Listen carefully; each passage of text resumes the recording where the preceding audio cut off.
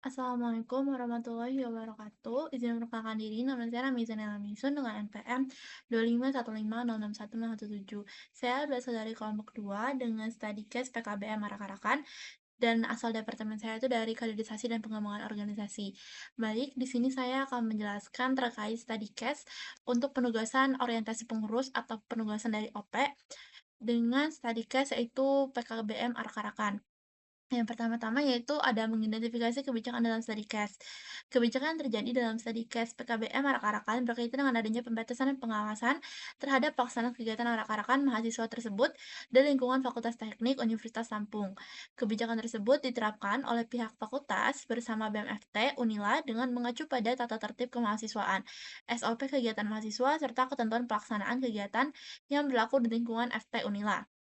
Tujuan dari kebijakan ini adalah agar kegiatan mahasiswa tetap berjalan dengan tertib, aman, serta tidak mengganggu aktivitas akademik maupun lingkungan yang ada di kampus. Pada pelaksanaannya, kegiatan arak-arakan ini sering digunakan sebagai bentuk perayaan atau tradisi organisasi yang ada di dalam mahasiswa.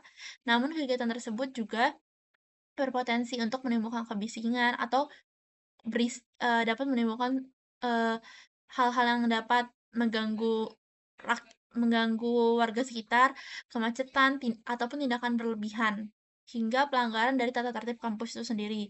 Oleh karena itu, pihak kampus menetapkan aturan agar kegiatan organisasi tetap memiliki batasan yang jelas dan sesuai dengan ketentuan yang berlaku. Kebijakan ini menunjukkan bahwa Ormawa tidak hanya bertanggung jawab menjalankan tradisi organisasi, tapi juga bertanggung jawab untuk menjaga ketertiban, keamanan, serta nama baik dari Fakultas Teknik Unila. Yang kedua yaitu identifikasi dampak kebijakan terhadap Ormawa.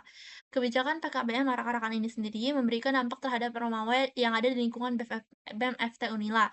Dampak tersebut itu ada dari dampak baik ataupun positif serta dampak yang negatif. Dampak positifnya itu kebijakannya itu organisasi mahasiswa menjadi lebih tertib dalam merencanakan dan melaksanakan kegiatan karena harus mengikuti tata tertib kemahasiswaan, SOP kegiatan mahasiswa, serta ketentuan yang berlaku yang ada di Fakultas Teknik Unila.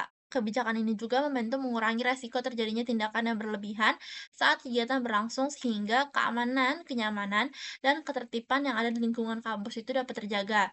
Selain itu, pengurus Ormawa juga menjadi lebih bertanggung jawab dalam menyusun konsep kegiatan, serta lebih memperhatikan dampak kegiatan terhadap lingkungan sekitarnya. Lalu dampak negatifnya, sebagian mahasiswa atau pengurus dari Ormawa tersebut merasa ruang gerak organisasi mereka menjadi lebih terbatas karena adanya pembatasan terhadap kegiatan arak-arakan yang selama ini mereka anggap sebagai bagian dari tradisi tradisi organisasi ataupun Ormawa mereka. Jika kebijakan diterapkan terlalu ketat tanpa adanya komunikasi yang baik, hal tersebut juga dapat menimbulkan kesalahpahaman atau ketidakpuasan dari pengurus-pengurus Ormawa tersebut terhadap pihak kampus maupun BEM-FT Unila. Demikian, kegiatan organisasi yang sebelumnya dianggap sebagai sarana mempererat solidaritas antar anggota dapat terasa berkurang karena adanya pembatasan dalam pelaksanaannya. Yang ketiga, efektivitas dari kebijakan PKBM arak-arakan itu sendiri. Kebijakan mengenai PKBM arak-arakan ini tuh cukup efektif karena membantu menjaga ketertiban, keamanan, dan kenyamanan di lingkungan Fakultas Teknik Unila. Dengan adanya aturan tersebut, organisasi mahasiswa menjadi lebih terarah dalam melaksanakan kegiatan serta lebih memperhatikan tata tertib dan dampak kegiatan terhadap lingkungan kampus. Selain itu, kebijakan ini juga dapat mengurangi resiko terjadinya tindakan yang berlebihan saat kegiatan berlangsung. Namun, efektivitas kebijakan tetap bergantung pada komunikasi serta sosialisasi yang baik antara pihak kampus, BMFT, dan juga Ormawa sekitar agar kebijakan dapat dipahami serta diterapkan dengan baik tanpa mengurangi nilai kebersamaan dalam suatu organisasi. Lalu selanjutnya, yang bagian 4 yaitu penyesuaian kebijakan. Kebijakan mengenai PKBM arak-arakan pada dasarnya tidak bertentangan dengan aturan yang lebih tinggi, karena kebijakan tersebut dibuat dengan mengacu pada tatip mahasiswa, SOP kegiatan mahasiswa, dan juga ketentuan yang berlaku yang ada di lingkungan Unila dan Fakultas Teknik itu sendiri. Kebijakan ini bertujuan untuk menjaga keamanan, ketertiban, dan kenyamanan di lingkungan kampus, sehingga pelaksanaan arak-arakan ini yang dilaksanakan oleh setiap ormawa dapat berjalan sesuai aturan yang berlaku. Selain itu, setiap kegiatan ormawa memang harus menyesuaikan dengan peraturan dari pihak fakultas maupun universitas agar tidak terjadi pelanggaran dalam pelaksanaannya. Kesimpulannya, kebijakan yang diterapkan oleh pihak kampus dan BEM FT Unila bertujuan untuk menjaga ketertiban, keamanan, dan kenyamanan dalam pelaksanaan kegiatan mahasiswa di lingkungan FT Unila. Kebijakan tersebut memberikan dampak positif berupa meningkatnya kedisiplinan dan tanggung jawab Ormawa dalam menjalankan kegiatan, meskipun di sisi lain dapat menimbulkan pembatasan terhadap beberapa tradisi dari Ormawa itu sendiri.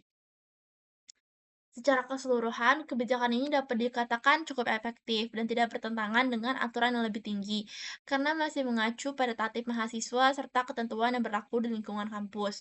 Oleh karena itu, diperlukan komunikasi serta koordinasi yang baik antara pihak kampus, BEM-FT, serta ormawa yang ada di FT itu sendiri, agar kegiatan mahasiswa tetap dapat berjalan dengan tertib tanpa menghilangkan nilai kebersamaan serta kreativitas organisasi itu sendiri. Sekian penjelasan dari saya. Mohon maaf bila saya ada salah kata dan kepada Allah saya mohon ampun. Saya akhiri. Wassalamualaikum warahmatullahi wabarakatuh.